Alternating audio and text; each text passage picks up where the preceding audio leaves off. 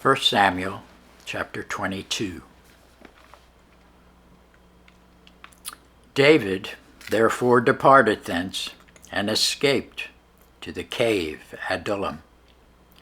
And when his brethren and all his father's house heard it, they went down thither to him. And every one that was in distress, and every one that was in debt, and every one that was discontented, gathered themselves unto him. And he became a captain over them, and there were with him about 400 men.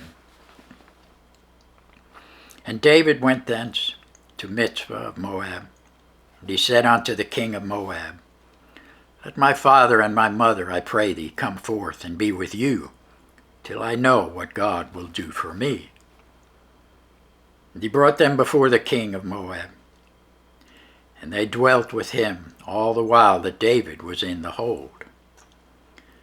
And the prophet Gad said unto David, Abide not in the hold. Depart, get thee into the land of Judah.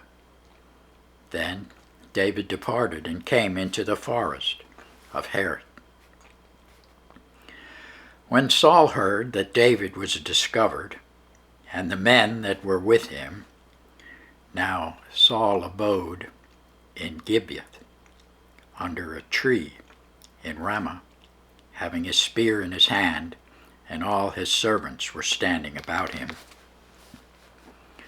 Then Saul said unto his servants that stood about him, Hear now, ye Benjamites, will the son of Jesse give every one of you fields and vineyards, and make you all captains of thousands and captains of hundreds, that all of you have conspired against me, and there is none that sheweth me that my son hath made a league with the son of Jesse?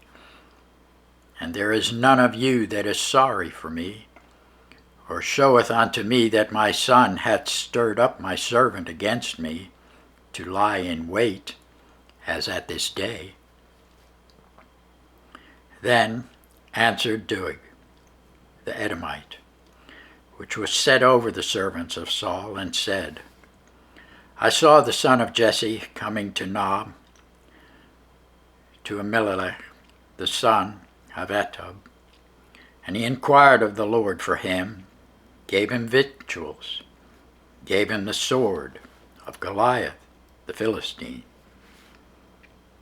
Then the king sent to call Ahimelech the priest, the son of Ahitub, and all his father's house, the priests that were in Nob, and they came all of them to the king.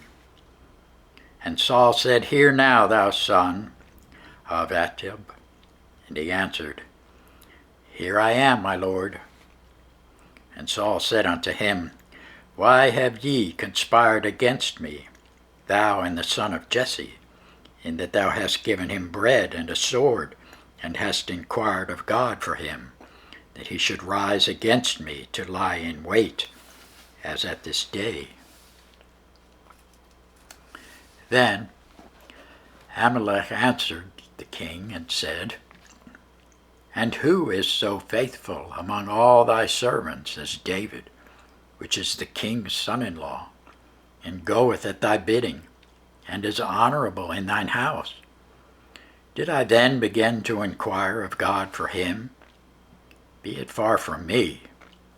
Let not the king impute anything unto his servant, nor to all the house of my father.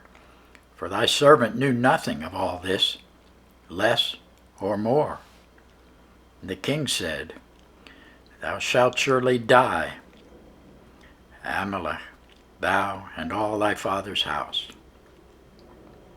And the king said unto the footmen that stood about him, Turn, and slay the priests of the Lord, because their hand also is with David, and because they knew when he fled, and did not shew it to me. But the servants of the king would not put forth their hand to fall upon the priests of the Lord.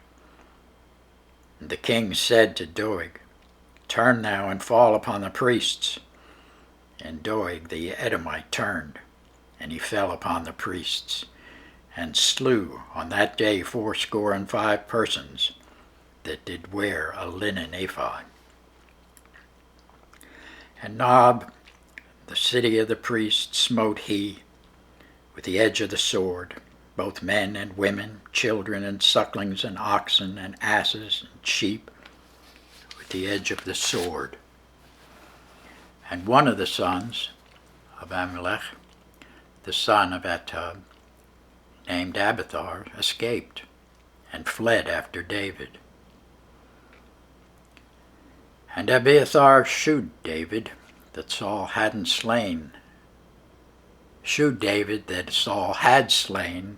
the Lord's priests. And David said unto Abiathar, I knew it that day, when Doeg the Edomite was there, that he would surely tell Saul, I have occasioned the death of all the persons of thy father's house. Abide thou with me, fear not, for he that seeketh my life seeketh thy life, but with me thou shalt be in safeguard.